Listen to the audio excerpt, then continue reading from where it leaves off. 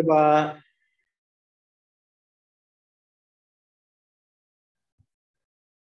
Oke ya, di kuliah kita hari ini kita akan bahas topik arah dan bobot. Ya, pada pertemuan-pertemuan awal kita sebenarnya sudah membahas ya arah dan bobot ini ya, jejaring berarah dan jejaring berbobot. Tapi pada contoh-contoh biasanya ya, pada contoh-contoh dunia nyata itu ya, biasanya arah dan bobotnya kita abaikan ya, kita buang, kita abaikan sehingga jejaringnya menjadi jejaring tidak berarah dan jejaring tidak berbobot. Nah, kali ini kita akan membahas khusus ini contoh-contoh jejaring dunia nyata yang berarah dan atau berbobot ya. Jadi bisa berarah dan berbobot sekaligus, bisa juga cuma berarah saja atau berbobot saja. Nah, banyak jejaring dunia nyata itu yang berarah dan berbobot. Contoh-contohnya ini ada jejaring rantai makanan ya, menghubungkan spesies dengan link berarah dan berbobot yang menunjukkan arah dan jumlah mangsa yang dikonsumsi oleh pemangsa. Ada Wikipedia dan web, ya, di mana hyperlink diberi bobot berdasarkan jumlah klik. Dan ada link teman, pengikut, atau follower diberi bobot berdasarkan jumlah retweet, ya, kutipan atau quote, balasan atau reply, dan sebutan mention ini di Twitter. Ya. Yang contoh di Facebook, ini interaksi teman diberi bobot berdasarkan komentar, suka atau like, dan bagikan ulang atau share-nya, jadi jumlahnya itu ya. Nah, banyak dari jejaring ini dibangun di atas teknologi internet dan web. Nah, nanti kita akan bahas ini bagaimana cara kerja web. Jadi, nanti kita akan pelajari juga bagaimana cara mendapatkan data dari web. Yang kita bahas yang pertama yang jejaring berarah dulu ya, jejaring berarah. Selama ini kita seringnya arah link tidak kita anggap penting ya. Jadi walaupun datanya kita ambil dari dunia nyata dan aslinya itu ada arahnya, tapi kadang kita anggap tidak penting ya, untuk menyederhanakan biasanya. Ya, untuk menyederhanakan masalah, kita anggap tidak penting. Nah, dalam jejaring sosial kita sering mengasumsikan, walaupun tidak selalu benar ya, bahwa pertemanan adalah simetri. Jadi jika Alice adalah teman Bob, maka Bob juga teman Alice. Ya, dalam dunia nyata ya mungkin ada yang cuma ngaku-ngaku teman gitu ya, padahal tidak. Mobil berjalan di kedua arah pada sebagian besar jalan ya, tapi ada juga jalan yang searah ya, misalnya jalan Tamrin, jalan Gajah Mada itu searah. Ya. Di banyak jejaring simetri ini tidak berlaku. Ya, sifat simetri ini tidak berlaku ya. Link memiliki arah tertentu dan mungkin tidak timbal balik, jadi hanya satu arah saja ya, seperti jalan Tamrin itu yang satu arah. Ya, dan tidak ada arah sebaliknya.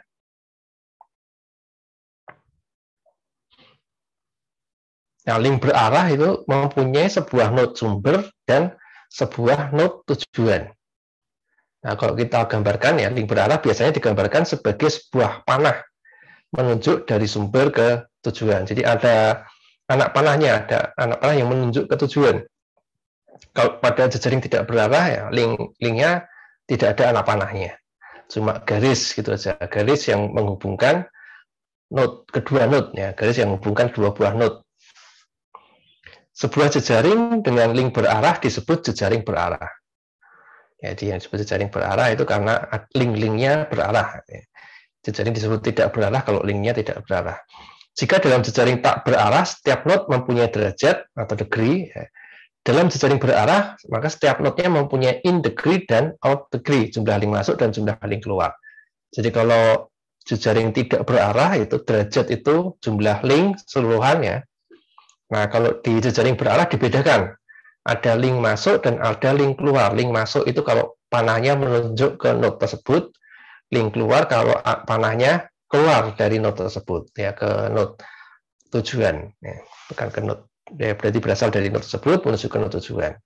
Jadi kalau yang masuk menuju ke node tersebut, kalau yang keluar ya, berarti menuju ke node yang lain, node tetangganya. Ya, jadi ada in degree dan out degree. Kita sudah praktekkan ya cara menghitung in degree dan out degree pakai Python. Kita paling sering mengamati link berarah dalam jejaring komunikasi dan informasi. Nah, ini Banyak sekali contohnya nih dalam jejaring komunikasi informasi ini. Contoh familiar adalah email dan Wikipedia. Contoh lainnya dari sains ya, ilmuwan selalu membangun berdasarkan apa yang telah dilakukan sebelumnya. Ya, sama kayak Anda nanti kalau membuat skripsi, mungkin bukan ada yang sudah membuat skripsi, ya Anda selalu nanti ketika nulis skripsi ya di bab 2 itu pasti Anda tuliskan ya penelitian-penelitian sebelumnya. Ya, Anda cantumkan di situ penelitian-penelitian sebelumnya itu seperti apa. Nah, penelitian apa yang Anda cantumkan di situ? Jadi, ketika mereka mempublikasikan temuan, mereka merujuk pada penelitian terkait di publikasi sebelumnya. Jadi, penelitian yang Anda tuliskan di bab 2 ya penelitian yang terkait dengan penelitian Anda. Ya, enggak semua penelitian ya Anda masukkan. Cuma cukup diambil yang terkait saja. Terkait itu yang bagaimana? Ya, nanti kita akan bahas. Nah, ini ada jejaring kutipan, citation. Ini akan sering jadi contoh ya. Mengapa? Karena mengambil datanya cukup mudah. Datanya tersedia di internet. Mengambil datanya cukup mudah. Sehingga sering menjadi contoh nih dalam kuliah kita ya. Jejaring kutipan atau citation itu ya. Dari ini tadi ya, hasil publikasi ini ya. Jejaring kutipan dihasilkan adalah contoh prototipikal dari jejaring informasi. Ya. Nah, kita bahas dulu yang jejaring kutipan ya. Jadi jejaring kutipan itu note mewakili makalah atau paper. Ya, note mewakili makalah paper. Nah, link dari sebuah makalah ke makalah lain yang disebut kutipan menunjukkan semacam hubungan antara isi makalah. Ya, hubungannya itu apa? Ya, ada kesamaan metodologi misalnya. Jadi ketika Anda nanti buat skripsi, Anda cantumkan di situ penelitian sebelumnya ya. Penelitian mengapa kok Anda cantumkan di situ ya? Mungkin ada kesamaan dalam metodenya, ya, metode yang digunakan. Ya, ada kesamaan metode. Atau ini pendekatan alternatif untuk memecahkan masalah. Jadi masalahnya sama, tapi metodenya berbeda. Ya, bisa jadi seperti itu juga. Jadi yang Anda cantumkan ya mungkin selain yang metode sama ya metode sama tetapi masalahnya berbeda ya, mungkin ya. Bisa juga masalahnya sama, tetapi metodenya yang berbeda. Ya. Masalahnya sama, dan metodenya berbeda. Nanti Anda jelaskan perbedaannya di mana. Ya, yang penelitian sebelumnya seperti apa, yang penelitian Anda sebagaimana. Kemudian, ya teman-teman lainnya yang sebelumnya sudah dikonfirmasi, ditingkatkan, atau bahkan mungkin bertentangan. Jadi, teman-teman yang mungkin Anda gunakan, yang Anda gunakan dalam penelitian Anda. Ya, itu Anda juga cantumkan sebagai tinjauan pustaka ya di bab 2 skripsi Anda nanti. Nah, ini adalah jejaring citation ya, jejaring kutipan. Ya, nanti akan sering jadi contoh ya, karena cukup mudah untuk mengambil datanya. Nah, seperti tadi ya sudah dijelaskan tadi ya, kita akan banyak mendapatkan data dari web, dari internet itu. Nah, sebelumnya kita pelajari dulu sejarahnya seperti apa ya, sehingga kita bisa memahami cara kerja dari web. Pada awal tahun 90-an, tim Berners-Lee memperkenalkan sebuah model hyperlink berarah yang sangat mudah direalisasikan, karena semua orang dapat melingkan sebuah laman ke laman lain, tanpa mempedulikan timbal balik maupun ketersediaan laman yang di-link. Jadi, saya membuat sebuah laman gitu ya, terus kemudian saya bisa melink ke laman yang lain, ya, ke laman-laman yang lain. Dan saya melink itu walaupun laman-laman yang lain itu bukan punya saya, ya, laman-laman yang lain itu bukan punya saya, tapi saya bisa melink dengan mudah. Ya, saya bisa melinkkan dengan mudah. Ya, jadi tidak perlu ada timbal balik. Jadi laman yang lain yang saya link tadi ya tidak perlu melink lagi ke laman saya, ya tidak perlu melink balik ke laman saya. Ya. Nah, terus juga laman saya tidak harus memastikan bahwa laman yang di link itu ya, yang saya link itu selalu ada setiap saat. Ya, jadi pada saat saya membuat mungkin pasti ada ya pada saat membuat ada lamannya, tapi nanti bisa jadi hilang. Nah, sekarang sudah banyak ya apa link-link yang rusak ya karena bisa jadi lamanya hilang, dihapus, atau alamatnya berubah. Karena kalau kita melink kita gunakan alamatnya. Jika laman tujuan tidak ada, pengguna hanya akan mengalami link yang rusak. Ya. Jadi linknya seperti masih ada ya, cuma ketika kita klik ya akan ada pesan kesalahan. Ya, ada pesan kesalahan. Ya. Banyak orang mulai menulis laman web menggunakan bahasa hypertext Berners-Lee untuk konten web dan menghosting situs web menggunakan protokol komunikasinya untuk browser dan server web. Jadi bahasanya itu HTML ya, Hypertext Markup Language, kemudian protokol komunikasinya adalah HTTP, Hypertext Transfer Protocol. Ya, maka lahirlah web ini, jadi web mulai populer ya. Pada waktu itu ini ya, internet masih lambat ya, apalagi di Indonesia itu ya, kecepatannya masih satuannya masih kilobit per second. Ya, kilobit per second. Sekarang kan sudah megabit per second ya, sudah cepat ya, bahkan ada yang gigabit per second. Ya, kalau zaman itu masih kilobit per second. Maka sebagian besar informasi ya, sebagian besar data yang di internet itu adalah teks, bentuknya adalah teks. Ya, termasuk web ini awalnya dirancang ya cuma teks saja, tapi kemudian dikembangkan bisa menggunakan gambar juga ya, dan juga kalau sekarang sudah bisa video, audio, ya, animasi itu juga sudah bisa. Jadi kalau dulu awalnya teks. Nah, link adalah kunci sukses web. Ya, karena mudah sekali kita membuat link tadi ya. Nah, pokoknya kita bisa link laman apa saja ya, walaupun bukan laman kita sendiri, dan juga kita nggak perlu memastikan bahwa laman itu selalu ada terus. Ya. Tiap laman mempunyai alamat web yang disebut URL di Uniform Result Locator untuk mempermudah melink dari satu laman ke laman lain. Jadi yang kita gunakan untuk melinknya itu adalah alamat webnya yang disebut URL itu. Nah, selama sekitar 10 tahun, web tumbuh karena banyak organisasi membuat situs web untuk menyajikan informasi dan menjual produk dan layanan. Jadi pada waktu itu, ya perusahaan-perusahaan besar itu ya, yang biasanya mempunyai situs web. Ya. Tetapi web masih merupakan jejaring yang memisahkan antara produser informasi dan konsumennya. Jadi pada saat itu masih ada garis tegas pemisah antara produser informasi ya, pembuat informasi, pembuat web, dan konsumennya dan pengguna web ya yang membaca informasi tersebut. Ya, mengapa? Karena pada waktu itu untuk membuat situs web membutuhkan kemampuan yang tidak dimiliki kebanyakan orang. Ya. Nah, karena waktu itu kalau kita ingin membuat web ya harus mengerti bahasa HTML tadi yang digunakan tadi, ya, dan bahasa HTML ya tidak setiap orang paham, ya, karena kan tidak setiap orang ya, mempelajarinya, ya hanya orang-orang tertentu saja yang mempelajarinya, sehingga tidak setiap orang bisa membuat web pada waktu itu. Sampai muncul jurnal daring yang disebut weblog atau blog. Jadi blog itu singkatan dari weblog. Kalau sekarang ada vlog ya, video log, ya, disingkat vlog. Gitu. Kalau dulu weblog atau blog ya, mengubah hal tersebut. Jadi setelah ada satu sistem gitu ya, yang disebut blog ini, ya, ini memudahkan setiap orang untuk membuat web walaupun tidak paham mengenai bahasa HTML. Ya, walaupun orang tersebut tidak paham mengenai bahasa HTML, tapi dia bisa membuat web. Ya, lahirlah blog ya. Blog memudahkan orang untuk membuat situs sederhana sesuai dengan template dan menghasilkan konten dalam bentuk entry jurnal atau blog yang dihostingkan oleh penyedia pihak ketiga. Nah, blog ini sampai sekarang masih banyak dipakai. Mengapa? Karena cepat ya, kita bisa membuat website dengan cepat dengan menggunakan blog ini. Jadi kita nggak perlu membuat dari awal ya, kita tidak membuat awal dari pakai HTML gitu ya, tapi langsung kita buat jadi gitu ya.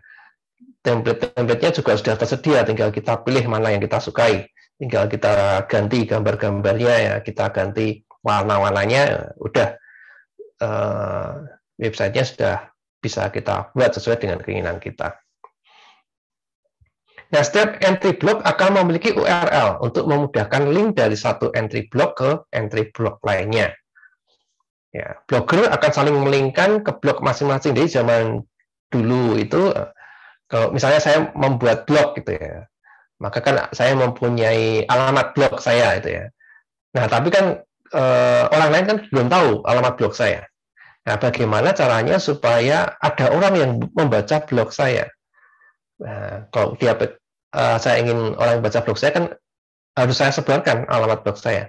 Bagaimana caranya? Nah, salah satu caranya adalah blogger-blogger ini sebutan untuk membuat blog ya. Jadi kalau YouTube kan YouTuber, ada istilah YouTuber ya. Kalau TikTok, TikTokers gitu ya. Kalau blog, blogger.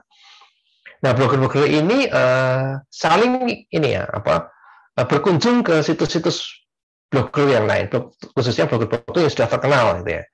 Blogger-blogger yang sudah terkenal. Nah, ketika berkunjung, mereka biasanya memberikan komentar ya, di posting-postingan yang baru gitu ya. Kasih komentar. Dan setelah kasih komentar, terus juga memasukkan situ alamat link blognya sendiri. Ya. Nah, kalau kita sering berkomentar di blogger lain yang populer gitu ya, pemilik blognya akan ini ya, akan melihat ya, wah ini kok ada yang sering komentar gitu ya. Terus dia akan biasanya ya ini akan mengunjungi alamat blog kita yang kita tulis dalam komentar itu, dan dia akan berkomentar balik. Nah, berkomentar balik dan ini ya, dia cantumkan alamat blognya juga di situ. Nah, dengan cara itu maka alamat blog akan tersebar dan orang akan tahu, ya, orang akan bisa ini ya, mengenal alamat-alamat blog tersebut. Nah, sehingga terus kemudian dikunjungi. Ya, itu seperti itu. Zaman dulu bagaimana sebuah blog menjadi populer itu ya caranya seperti itu, dengan saling melingkan ke blog masing-masing itu, dengan saling berkomentar di blog masing-masing. Blog segera menjadi segmen web yang bertumbuh paling cepat, bahkan bersaing dengan media tradisional. Nah, ini blog masih teks ya bentuknya ya. Ya mungkin ada beberapa gambar di situ, gambar diam, bukan video ya, gambar yang bergerak, bukan animasi. Nah, maka pesaingnya adalah koran, majalah ya, pada waktu itu.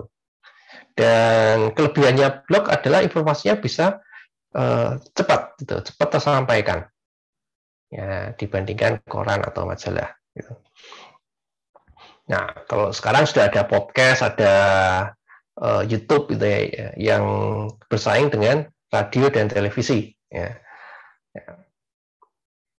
Yang terpenting banyak orang yang sebelumnya menjadi konsumen informasi sekarang menjadi produsen juga. Jadi tadi kalau awalnya ada pemisah yang tegas ya antara konsumen dan produsen. Kalau konsumen ya konsumen aja, kalau produsen ya produsen aja.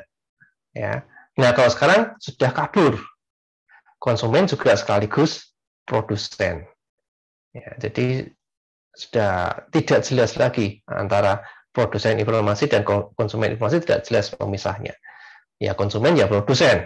Nah, ini adalah aspek penting dari revolusi web 2.0. Nah, sekarang sudah revolusi web versi berapa sekarang ya? Ya sudah pakai video semua sekarang ini. Nah, kalau sekarang ini sudah berbagi media ya, jadi sudah pakai media bermacam-macam, tidak cuma teks saja. Jadi selain memudahkan orang untuk berbagi informasi melalui blog, web juga memudahkan orang untuk berbagi foto, film, dan segala macam media lain melalui situs seperti Instagram dan YouTube ya, atau TikTok ya kalau sekarang yang populer. Orang-orang juga dapat berbagi link dengan menerbitkan bookmark mereka di situs penandaan ya, situs tagging, dan kemudian di situs jejaring sosial. Nah, ini masih banyak dilakukan orang-orang sekarang ini. Jadi mereka membaca satu berita di web gitu ya, terus kemudian membagikan link itu melalui jejaring sosial atau melalui media sosial. Ya, walaupun seringnya orang ketika membacanya yang dibaca cuma judulnya saja, ya isinya nggak dibaca, terus langsung disebarkan. Ya. Nah, kadang seperti itu. Langkah alami berikutnya adalah menghubungkan orang satu sama lain. Jadi kalau tadi awalnya teks ya, blog itu cuma teks saja, terus kemudian berkembang, webnya berkembang, juga bisa memuat foto, film, dan sebagainya. Nah, bisa saling terhubung gitu. Nah, terus berikutnya orang juga terhubung. Dan ini terjadi dengan jejaring sosial online seperti Friendster, Orkut, MySpace, LinkedIn, dan Facebook. Sekarang yang masih ada tinggal LinkedIn dan Facebook aja ya. Yang 3 pertama ini sudah tidak ada, sudah hilang. Dulu di Indonesia juga ada jejaring sosial namanya Koprol dulu. Ya, jejaring Indonesia buatan Indonesia, buatan orang Indonesia gitu ya. Tapi kemudian dibeli Yahoo, terus dibunuh sama Yahoo. Ya, terus hilang tanpa bekas. Untuk lebih menurunkan biaya pembuatan note dan link, konsep microblog muncul. Memungkinkan orang memposting pesan yang sangat singkat untuk disiarkan ke teman-teman mereka. Jadi kalau di tempat kita saat ini ya komunikasi banyak pakai WhatsApp ya, yang populer WhatsApp ya. Walaupun ada yang lainnya juga ya, ada Telegram, ada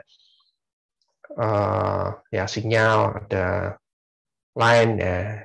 Tapi yang populer WhatsApp.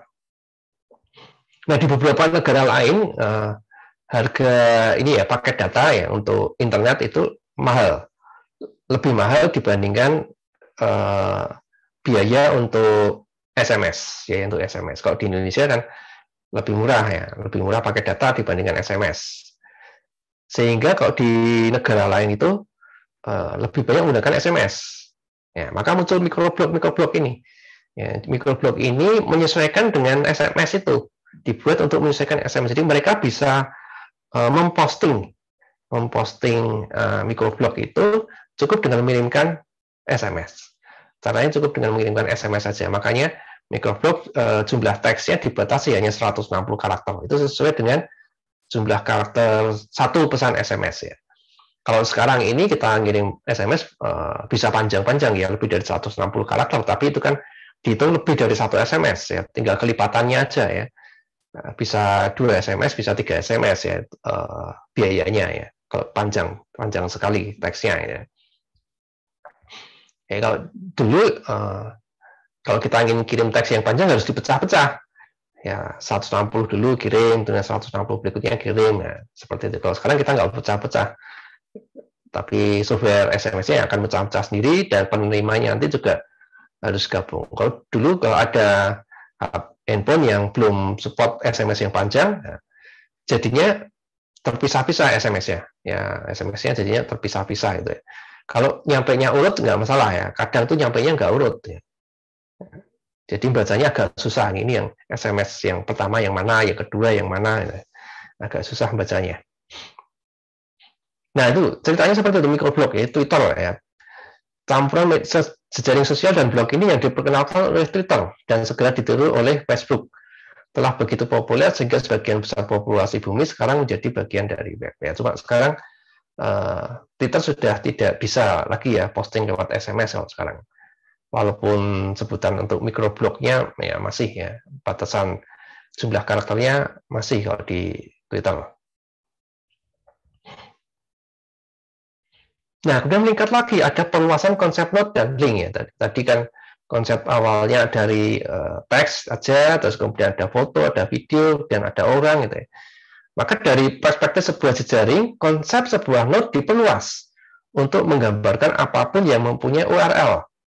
Dari laman, orang, situs, pemikiran, foto, lagu, film, artikel, dan lain-lain ya. Jadi semua yang mempunyai URL, nah, itu bisa menjadi note. Ya, bisa menjadi note. Jadi tidak hanya laman aja, tapi semuanya yang punya URL.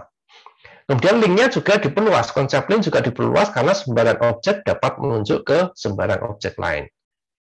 Ya, artikel Wikipedia dapat mengutip artikel lain ya dalam Wikipedia itu, atau laman eksternal di luar Wikipedia. Orang terhubung dengan teman dan hal-hal favorit. Ya, jadi orang tidak hanya terhubung dengan orang lain aja ya sebagai temannya, tetapi juga terhubung dengan hal-hal yang favorit ya. Jadi kalau di Facebook sekarang ada page juga ya. Selain akun orang ya, ada page. Nah, page bisnis biasanya itu ya. Jadi kita bisa terhubung juga dengan ya bisnis ya, bukan orang itu, atau juga topik-topik gitu ya. Page-page yang membahas topik-topik tertentu. Nah, hal favorit ya. Peta bisa melink foto, jadi di peta di lokasi tertentu kita bisa lihat fotonya ya, di Google Map ada itu. Dan bisa juga sebaliknya, jadi dari foto bisa melink ke peta. Jadi di foto di lokasi di mana, bisa melink ke peta ya, dan sebagainya. Ada banyak konsep link yang lain ya. Web telah berkembang secara demikian hingga mencakup hampir semua aspek kehidupan kita ya. Nah, ini webnya telah berkembang dan ya kita bisa mencari data secara mudah dari web ini.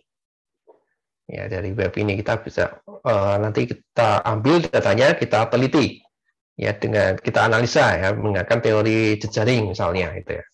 Nah, bagaimana cara mengambilnya ya, mengambil data tersebut ya dari internet?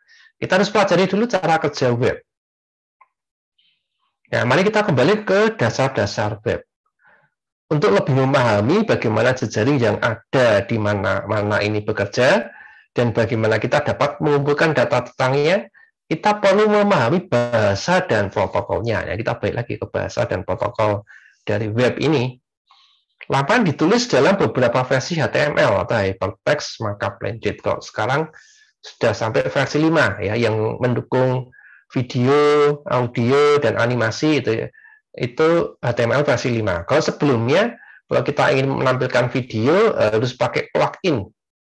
Ya, harus pakai plugin. Plugin yang populer itu ada Flash gitu ya. Flash sangat populer ya, Adobe Flash itu, Adobe Flash plugin. Ya. Terus juga ada Java Applet. Ya, Java Applet juga dulu populer juga. Sekarang sudah nggak populer lagi karena ternyata ada masalah ini ya, security, ada masalah keamanan. Biasanya digunakan untuk menyisipkan hal-hal yang buruk, ya. Program-program yang buruk yang mencuri data-data kita. Makanya browser-browser sekarang sudah mematikan plugin ini. Ya. Jadi kalau masih ada web yang lama yang masih pakai plugin tersebut nggak akan jalan. Pluginnya nggak akan jalan. Jadi tidak akan ditampilkan plugin.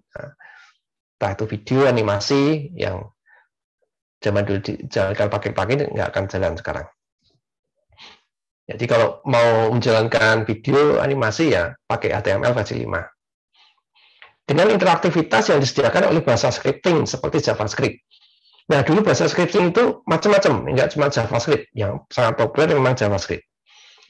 Dulu bahasa scripting itu ada VBScript misalnya ya, buatan Microsoft ya, ada PowerScript. Ya, dan ada banyak yang lain ya. Tetapi ya, yang populer memang JavaScript. Yang banyak diimplementasikan oleh browser itu JavaScript. Sehingga kalau misalnya kita mau pakai VBScript, ya, nah belum tentu browsernya support VBScript. Nah, itu yang jadi masalah. Maka orang sekarang ini kalau pakai bahasa scripting ya bahasa yang populer yang digunakan oleh banyak browser, yaitu JavaScript ini. Yang dapat diimplementasikan oleh browser itu ya. HTML menyediakan cara mudah untuk mengkodekan link ke laman lain dengan tag jangkar khusus. Ya, tagnya adalah jangkar A di sini ya. Ya, diawali tanda lebih kecil, diakhiri tanda lebih besar. Ini adalah tag jangkar. Nanti ada tag jangkar ada 2 ya, di awal dan di akhir itu ya. Misalnya kode sederhana ini ada tag jangkar ini ya. Lebih kecil A href sama dengan https www.unisbank.id ini. Lebih besar itu ya. Terus kemudian ada teks Unisbank yang ditutup pakai jangkar lebih kecil /A lebih besar. Jadi tag jangkar itu pasangan ya, ada pembuka dan ada penutupnya. Sebagian besar seperti itu, ada juga yang cuma satu aja ya tanpa pembuka penutup. Nah, ini membuat link untuk teks jangkar Unisbank, jadi teks yang tampil dalam browser itu adalah Unisbank ya, yang di sini ya. Ketika diklik oleh pengguna akan menyebabkan browser mengambil laman di www.unisbank.id sesuai dengan alamat URL ini ya. Alamatnya di sini dalam bentuk URL. Nah, alamat yang ditulis di sini tidak harus dalam bentuk URL ya. Bisa juga hanya disebutkan lamannya.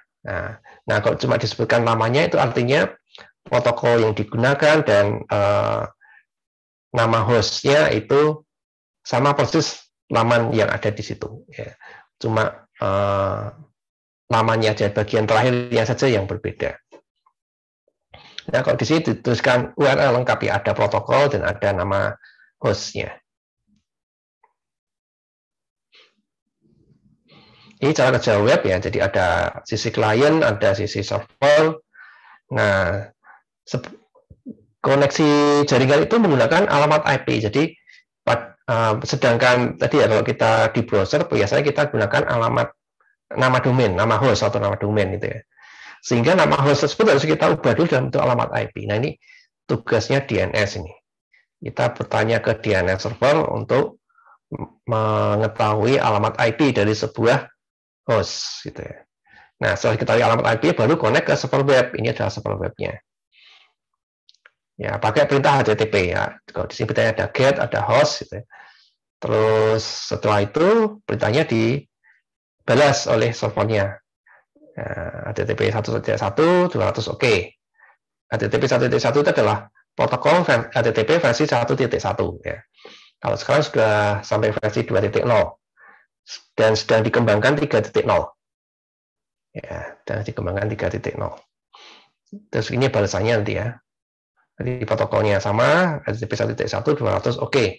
Content type text HTML. Ini content type itu tipe body-nya, isinya ini ya. Isinya adalah HTML. Nah, nanti HTML-nya akan diterjemahkan oleh browser, tampil di browser. Nah, ini cara kerjanya ya. Penjelasannya tadi ya. Bagaimana pengambilan ya atau pengunduhan laman? Pengambilan itu retrieve ya, pengunduhan itu download. Sama maksudnya ya, pengambilan pengunduhan itu ya. Antara klien, browser, dan server web ditentukan oleh HTTP. Jadi protokol tadi, jadi protokol itu aturan untuk berkomunikasinya. Kalau di dalam kasus ini, jadi protokol ini ya HTTP itu perintah-perintahnya. Tadi ada perintah get, ada perintah host, kemudian ya perintah dan informasi. Ya ada protokolnya ya. Get nama resource, kemudian diikuti protokolnya itu ya. Terus ada host itu, terus kemudian dibalas juga di servernya ya.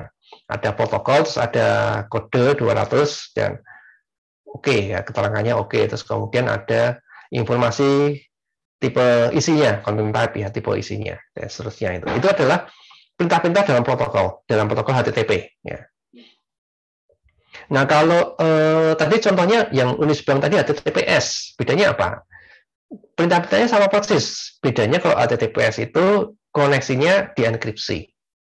Sehingga tidak bisa dicegat di tengah jalan ya, tidak bisa dibajak di tengah jalan.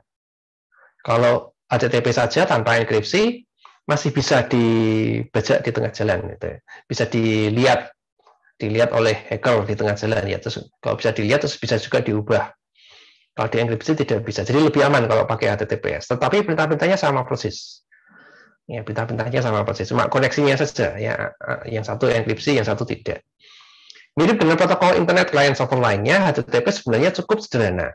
HTTP menentukan bagaimana klien mau minta laman dan bagaimana server merespon. Jadi protokol HTTP ini juga dikembangkan ketika internet masih lambat itu ya, masih kecepatannya masih kbps ya, terus ya datanya kebanyakan teks. Makanya perintah HTTP pun ya dalam bentuk teks yang bisa kita baca lah, dia get, nanti juga ada post dan seterusnya itu ya. Kalau perintah-perintah yang ini kalau yang protokol-protokol yang modern biasanya menggunakan kode-kode biner ya. Ya, kalau zaman dulu masih pakai teks semua perintah-perintahnya. Karena memang datanya diasumsikan dalam bentuk teks. Nah, ini sebetulnya kalau untuk mengirim gambar misalnya ya, kalau gambar itu bentuknya bukan teks, datanya harus dikonversi dulu ke dalam karakter-karakter sebetulnya ya. Ke dalam karakter-karakter yang bisa dipahami oleh protokol HTTP ini. Ya, akibatnya apa? Akibatnya adalah ukurannya jadi lebih besar. Jadi ketika kita mengirimkan gambar ukurannya 1 mega misalnya, ketika dikirim ukurannya menjadi lebih besar dari 1 mega karena ada konversi tadi ya. Maka di protokol HTTP versi 2.0 sudah bisa ini mengirimkan dalam bentuk biner, bukan teks lagi tapi dalam bentuk biner, sehingga tidak perlu ada konversi. Jadi lebih cepat, protokol 2.0 lebih cepat. Sekarang dikembangkan lagi 3.0. Kalau 3.0 itu protokol transportnya tidak hanya TCP. Kalau ini HTTP, protokol transportnya TCP. Tapi kok 3.0 sudah bisa menggunakan UDP untuk sebagai protokol transport. Ini dikembangkan terus supaya cepat. Untuk membuat koneksi awal dengan server, klien harus mengetahui alamat IP ya, Internet Protocol dari server. URL biasanya menentukan nama host server dan path file. Jadi dalam URL itu yang dipakai adalah nama host server dan path filenya ya, lokasi filenya atau lokasi sumber dayanya. Tidak menggunakan alamat IP. Maka harus diubah dulu dari nama host ke alamat IP. Untuk mendapatkan alamat IP, browser menggunakan layanan yang disebut DNS, Domain Name Service. Protokolnya juga disebut DNS, tapi DNS kecil. Jadi kalau kita sebut protokolnya itu DNS-nya kecil. Kalau disebut servisnya, DNS-nya besar. Ini adalah protokol berbeda yang menerjemahkan nama host ke alamat IP yang sesuai. Jadi sebelum kita gunakan protokol HTTP-nya, sebenarnya ada protokol lainnya dulu ya yang bekerja. Salah satunya adalah DNS ini. Nah, setelah dapat alamat IP ya, alamat IP di tangan, browser terhubung ke server ya, connect ke server ya. Setelah koneksi dibuat, ya, bagian HTTP dari URL berarti browser berbicara ke server menggunakan HTTP, menggunakan protokol HTTP ini. Kalau tadi di contoh yang Unis bilang tadi HTTPS ya, bedanya ya cuma berarti ini apa melakukan enkripsi. Jadi diawali dengan tukar menukar kode enkripsinya terlebih dahulu. Ya, tuh. Jadi setelah koneksi dibuat, kalau yang HTTPS tukar menukar kode enkripsi dulu. Setelah tukar menukar kode enkripsi, nah, baru komunikasi dengan koneksi yang terenkripsi. Untuk melakukan ini, browser mengirimkan permintaan HTTP ke server dan menunggu respon HTTP. Ya, jadi ada permintaan itu request, respon atau tanggapan, ya, respon itu. Pesan permintaan, request dan tanggapan ya atau respon ya memiliki format yang terdiri dari header, diikuti dengan baris kosong, diikuti dengan isi atau body. Nah, isi atau bodinya itu opsional, jadi yang wajib cuma header dan baris kosong. Header diikuti baris kosong itu yang wajib. Sedangkan bodinya opsional. Header permintaan dapat terdiri dari beberapa baris saja. Ya. Jenis permintaannya paling umum adalah GET. Ya, yang hanya meminta laman. Ya, kalau GET bisa meminta laman, tapi juga selain itu bisa kita tambahkan ini ya variabel juga variabel dan isinya. Dalam hal ini permintaan tidak memiliki isi, jadi segera setelah server menerima baris kosong, ia merespon. Ya, jadi sebenarnya GET bisa ada isinya ya, tetapi isinya masuk dalam lamannya tadi. Jadi di sebelah kanan laman itu ada tambahan itu yang menyatakan datanya ya, datanya itu bisa dituliskan di sisi sebelah kanan laman setelah lamannya, kemudian diisi datanya. Sedangkan bodinya sendiri kosong. Ya, bodinya sendiri kosong. Jadi tidak ada bodinya kalau kita gunakan perintah get. Ya, jadi kalau perintah get setelah baris kosong, servernya langsung merespon. Nah, dalam kasus lain ada permintaan POST ya, POST request itu ya. Nah, kalau POST ada bodinya. Nah, datanya ditaruh di body, ada parameter konten tambahan. Ya, jadi datanya ditaruh di body ini. Jadi kalau datanya cukup besar ya, kalau kita pakai get ada batasan maksimal panjang URL ya, panjang URL ada batasan maksimal yang saya agak lupa berapa panjang maksimalnya. Ya. Kalau pakai POST lebih besar lagi. Ada batasannya juga ya, tetapi batasannya lebih besar dibandingkan get. Ya, kalau kita upload file gitu ya kita pakai POST. Nah, upload filenya tentunya ini ya. Kalau filenya cukup besar, misalnya kita download file 4 GB ya, misalnya kita download file ISO Linux gitu ya. Kita ingin install Linux ya, kita download ISO-nya kan dalam bentuk DVD itu bisa sampai 4 GB ukurannya. Nah, kalau besar ya dipotong-potong kecil-kecil dengan ukuran maksimal sesuai dengan ukuran POST maksimalnya gitu. Ini dapat digunakan untuk mengirimkan input ke formulir yang POST ini ya. Selain jenis permintaan dan path, header harus menentukan nama host ya. Tadi setelah get di bawahnya ada perintah host. Itu untuk menentukan nama host. Ini mulai ada di protokol HTTP versi 1.1. Kalau di protokol HTTP versi 1.0 tidak ada perintah host. Karena dulu asumsinya satu server itu hanya melayani satu host saja. Kalau sekarang enggak ya. Ini kalau sekarang ini satu server mungkin sering menghost banyak situs web ya, yang disebut sebagai hosting virtual atau virtual host. Ya, jadi kalau sekarang kita instalasi web server sekarang ini, nah kita buat situs webnya itu dalam bentuk virtual host. Ya, kalau dulu biasanya ada satu buah host dan kita bisa tambahkan virtual host ya. Kalau sekarang enggak. Sekarang semuanya sudah jadi virtual host semuanya. Ya, sehingga dalam satu server gitu ya, ada banyak virtual host.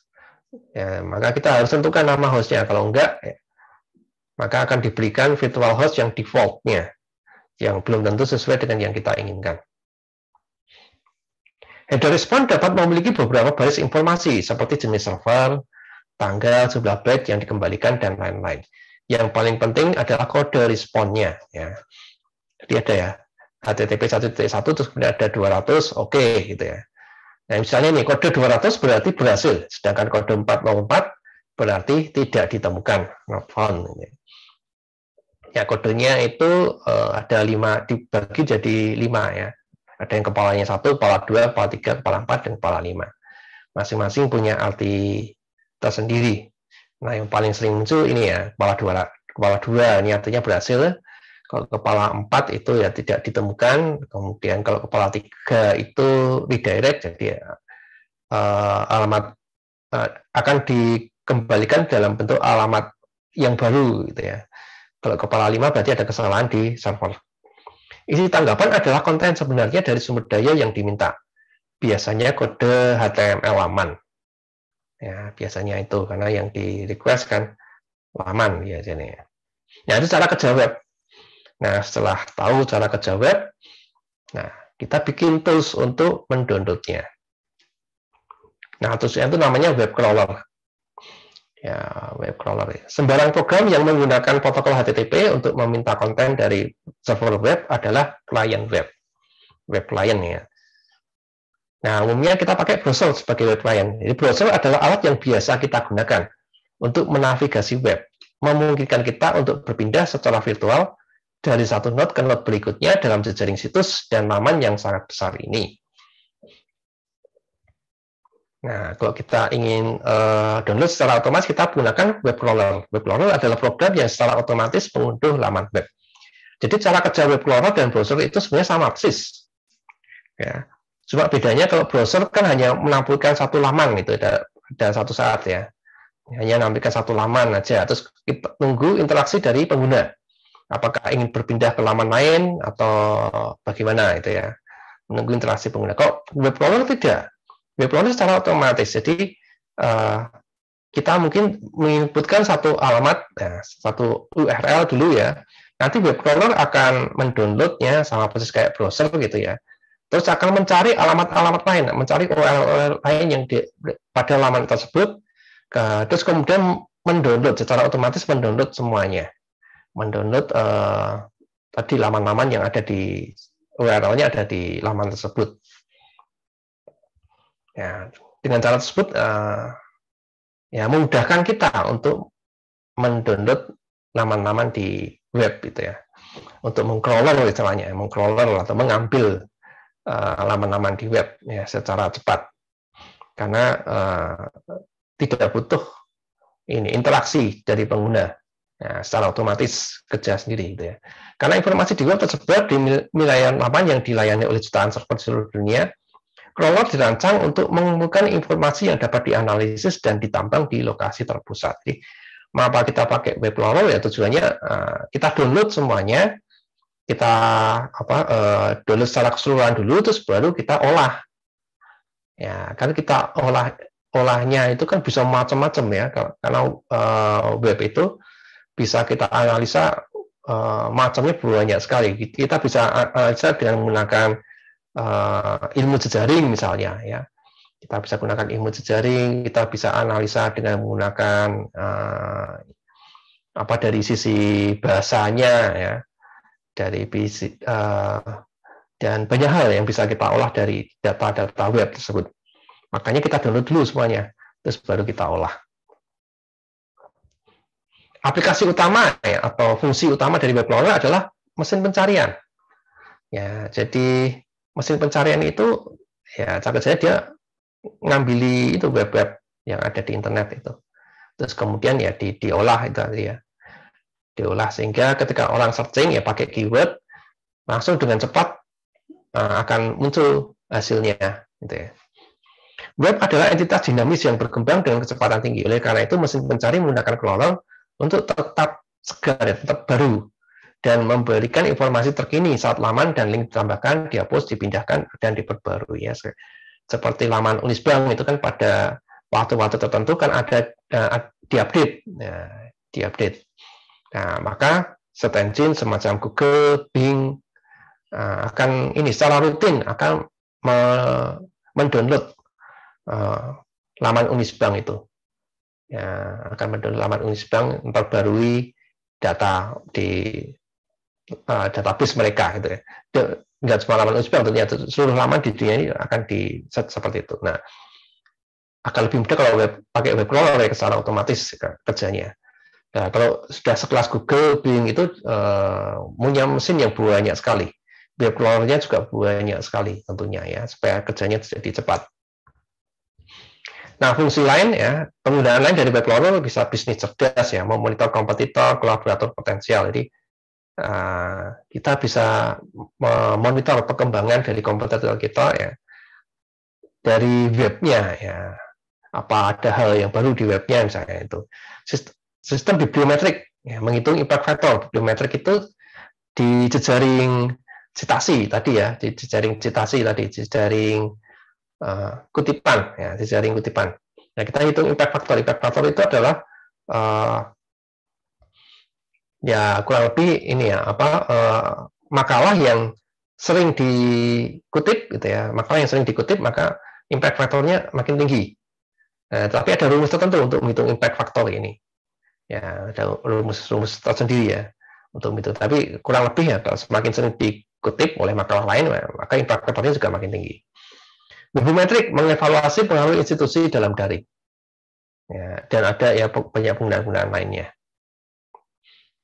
Jadi cara kerja dasarnya seperti ini. Ya, di awalnya mungkin inputnya satu URL atau bisa juga lebih dari satu URL ya. Input tadi akan dimasukkan dalam font-jar ini. Kemudian langkah awalnya diambil satu URL dari font-jar, terus di-download lamannya dari web, terus diambil URL-nya yang ada di laman tersebut, dimasukkan ke font-jar lagi ya, diantrikan di dalam font-jar tadi ya. Terus lamanya itu disimpan di repository. Ya. Jadi nanti dari lama-lamanya ada di repository nanti bisa diolah lagi macam-macam tadi ya, diolah untuk macam-macam tadi. Entah itu jadi data dari search engine, entah itu untuk bibliometrik dan seterusnya tadi ya. Nah ini setelah ini balik lagi ke langkah awal, ambil lagi satu URL dari font-jar tadi ya, download URL tersebut. Terus cari URL di dalamnya, masukkan ke font-jar, simpan di repository, balik lagi ke awalnya. Demikian seterusnya. Ini cara kerja web crawler. Jadi secara otomatis ya kerjanya. Nanti akan didapatkan repositorinya akan semakin besar. Nah, struktur web ini ya kurang lebih seperti ini ya. Kalau digambarkan dalam ini ya, jejaring berarah, misalnya webnya ini di sini ya, core-nya di sini. Ada link yang ini node-nya adalah laman-lamannya. Ada nah, terus linknya ini adalah kalau dia melink ke node yang lain, ke laman yang lain, ada arahnya dia. Jadi ada link yang ke node yang masih dalam situs itu sendiri, gitu ya. Ada link yang keluar ke situs lain, gitu ya. Ada juga link dari luar yang menuju ke dalam, ke internal. Nah, jadi struktur web seperti itu. Ada juga node-node yang tidak punya ini kaitan sama sekali, ya, bentuk sendiri.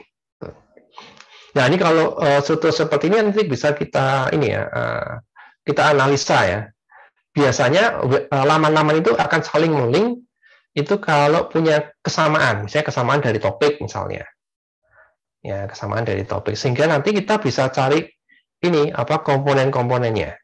Ya, bisa kita. Nah, jadi laman yang masuk dalam satu komponen itu bisa kita duga bahwa laman-laman tersebut mempunyai topik yang sama.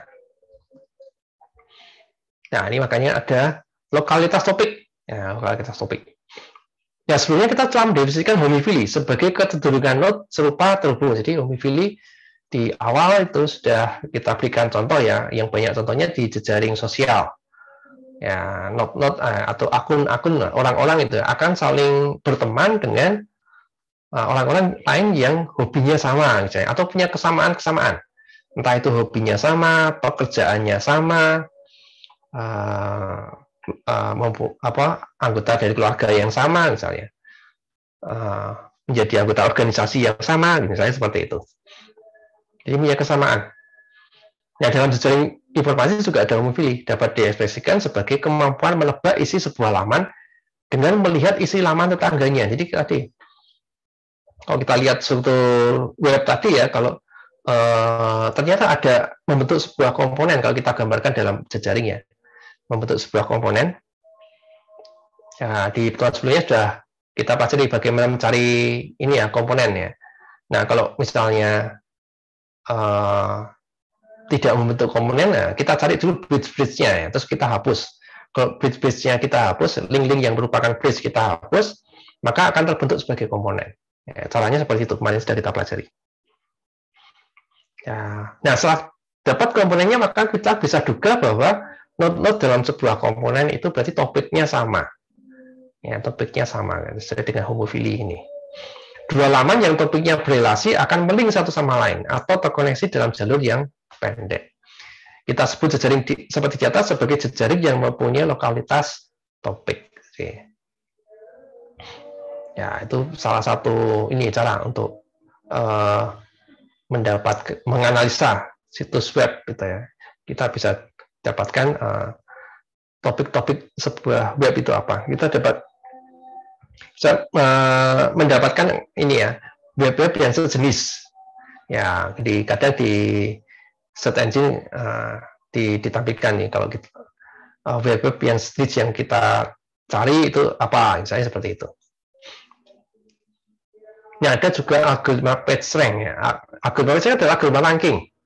Yang algoritma ranking ini adalah komponen kritis dari mesin pencarian. Jadi cara kerja mesin pencarian tadi ya, dia akan ngambil laman-lamannya pakai web crawler, disimpan di repository. Nah, setelah disimpan di repository akan diolah lagi supaya nanti kalau ada orang searching dengan menggunakan keyword tertentu, kita dapatkan laman-laman yang sesuai dengan keyword tersebut. Nah, laman-laman yang didapatkan kan banyak dan harus diurutkan.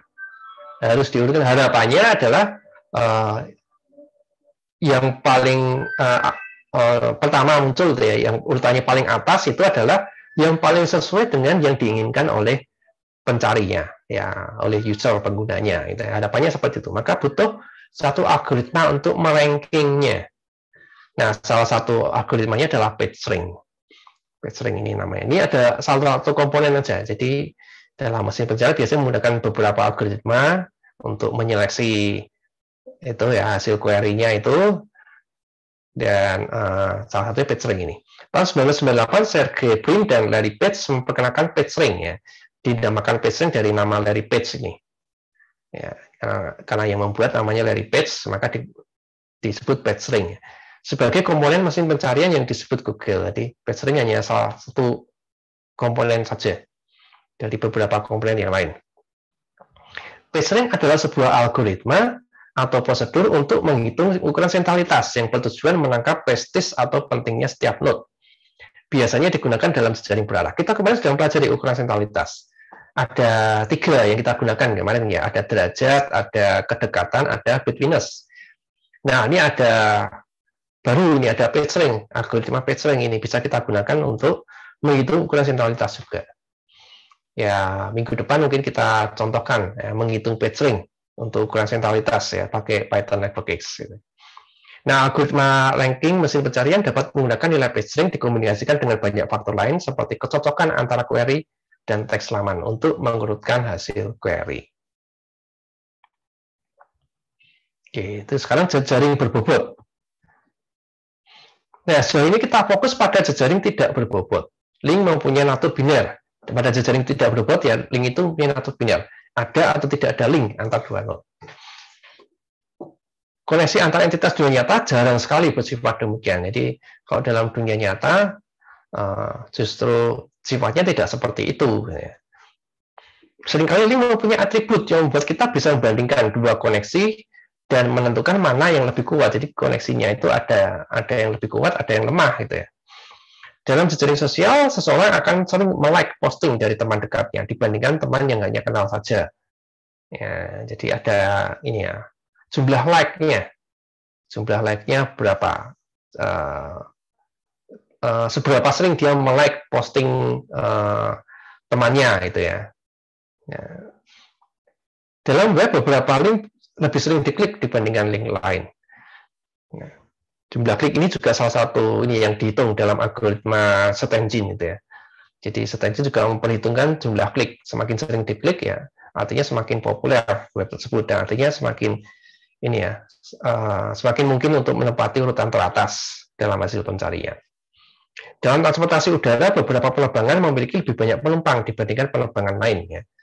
Jadi kalau misalnya dari Semarang itu ya, Semarang Jakarta itu lebih banyak penumpangnya dibandingkan Semarang Surabaya misalnya. Kita menggunakan bobot link untuk menggambarkan ukuran penting seperti jumlah like, jumlah klik, jumlah penumpang. Ya, jadi link mempunyai ukuran ya, yaitu bobot. Ya, ini informasi dan misinformasi. Misinformasi itu adalah informasi yang keliru atau hoax gitu ya. Kita menggunakan jejaring difusi informasi sebagai studi kasus. Ya, ini di dalam jejaring berbobot tadi.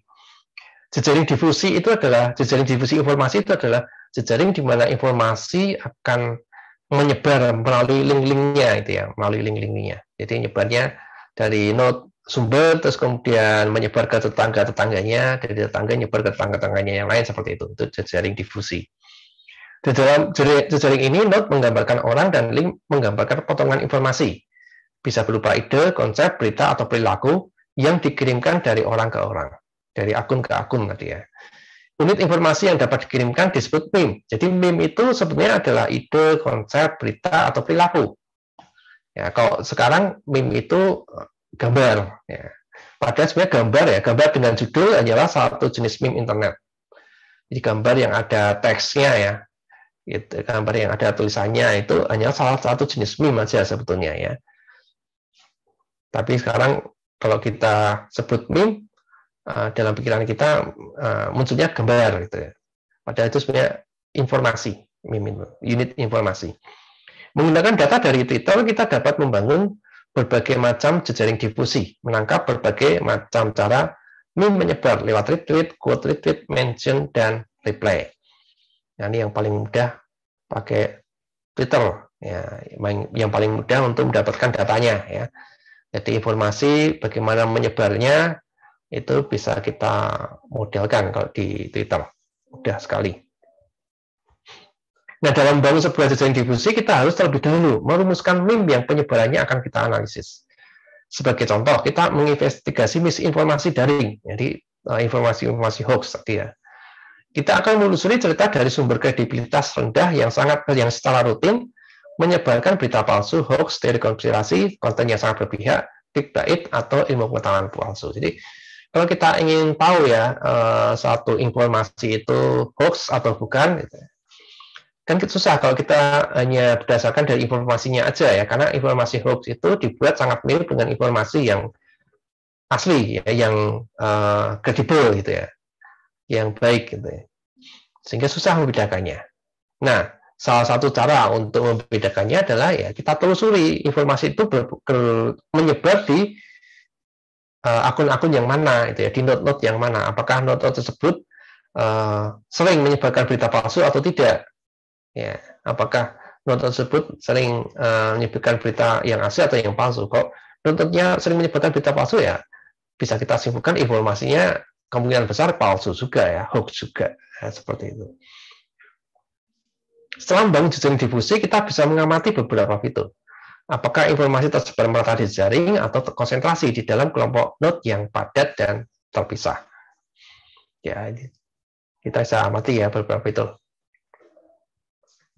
Dan ada jejaring kemunculan bersama ya. Link kutipan citation ya tadi di awal kita bahas adalah relasi yang menghubungkan dua jenis entitas yang berbeda. Ada makalah pengutip atau sumber dan makalah yang dikutip, targetnya ya. Jadi ini linknya berarah di sini ya. Dua makalah dikutip bersama atau co-cited jika ada satu atau lebih makalah yang mengutip keduanya. Jumlah kutipan bersama ya, co-citation adalah jumlah makalah yang mengutip keduanya. Dua makalah menjadi referensi bersama co-reference jika ada satu atau lebih makalah yang dikutip oleh keduanya. Jumlah referensi bersama co-reference adalah jumlah makalah yang dikutip oleh keduanya. Jejaring co-citation dan co-reference adalah jejaring yang tidak berarah dan berbobot ya. Jadi dia tidak berarah tetapi berbobot. Dengan link masing-masing diberi bobot berdasarkan jumlah co-citation dan co-reference.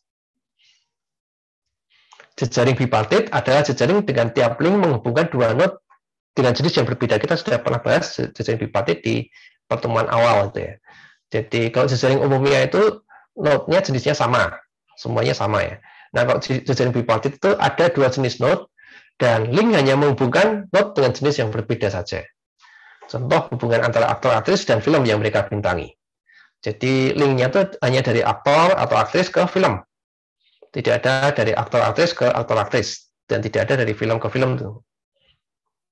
Dari jejaring bipartit ini, kita dapat membuat jejaring antara aktor, aktris yang pernah secara bersama-sama membintangi sebuah film. Ya, atau co-star. Link dalam jejaring co-star dapat dihitung berdasarkan jumlah film yang dibintangi oleh kedua orang tersebut. Menghasilkan jejaring berbobot dari jejaring bipartit dengan cara ini, yang disebut proyeksi, adalah praktek umum. Dan jejaring berbobot yang dihasilkan disebut jejaring kemunculan bersama atau co-occurrence. Karena link menggambarkan dua entitas dari jenis yang satu yang muncul bersama-sama dalam asosiasi dengan satu atau lebih entitas dari jenis yang lain. Jadi dalam jejaring bipartit itu ada dua node yang sejenis ya, yang melink ke satu node yang beda jenis. Ya, secara bersama-sama melink ke satu atau lebih node yang beda jenis. Gitu. Itu co-occurrence. Ya. Ya, heterogenitas bobot ya. Dalam jejaring berbobot, bobot link dapat membawa informasi penting tentang proses atau hubungan yang dimudahkan oleh jejaring. Link dengan bobot yang berbeda bisa menggambarkan asosiasi yang sangat berbeda juga.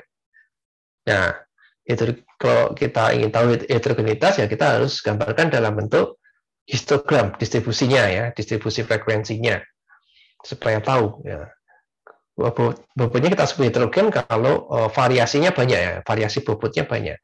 Ada yang bobotnya 1, ada yang bobotnya 10, ada yang bobotnya 100, misalnya seperti itu. Kalau bobotnya mirip-mirip ya, bobotnya cuma ada 4 dan 5 itu ya, itu mungkin gitu. Ya, ada beberapa contoh nih, jejaring lalu lintas mencakup jejaring transportasi udara dan lainnya dengan bobot menggambarkan penumpang atau penerbangan antar bandara atau mobil di antara persimpangan. Jadi kalau penerbangan mungkin ada yang banyak sekali, misalnya kalau penerbangan dari Semarang ke Jakarta itu banyak sekali. Tapi misalnya dari Semarang ke Bali itu sedikit. Nah, misalnya seperti itu. Internet dengan bobot menunjukkan paket atau bit data antar router dan Wikipedia dengan bobot mewakili klik antara artikel. Ya, itu adalah materi kita hari ini, jadi arah dan bobot. Ya, jejaring berarah dan jejaring berbobot ya. Bisa jadi jejaringnya berarah dan berbobot sekaligus. Bisa jadi juga cuma berarah saja tetapi tidak berbobot, atau berbobot saja tetapi tidak berarah. Jadi kalau sebelumnya contoh-contoh dunia nyata kita abaikan arah dan bobotnya. Nah, dalam hari ini kita bahas secara khusus arah dan bobotnya. Dan di pertemuan selanjutnya nanti akan kita praktekkan ya dengan menggunakan Python X. Kita bahas lagi arah dan bobot ini tapi praktek ya menggunakan Python X. Ya, demikian materi kuliah kita hari ini. Apakah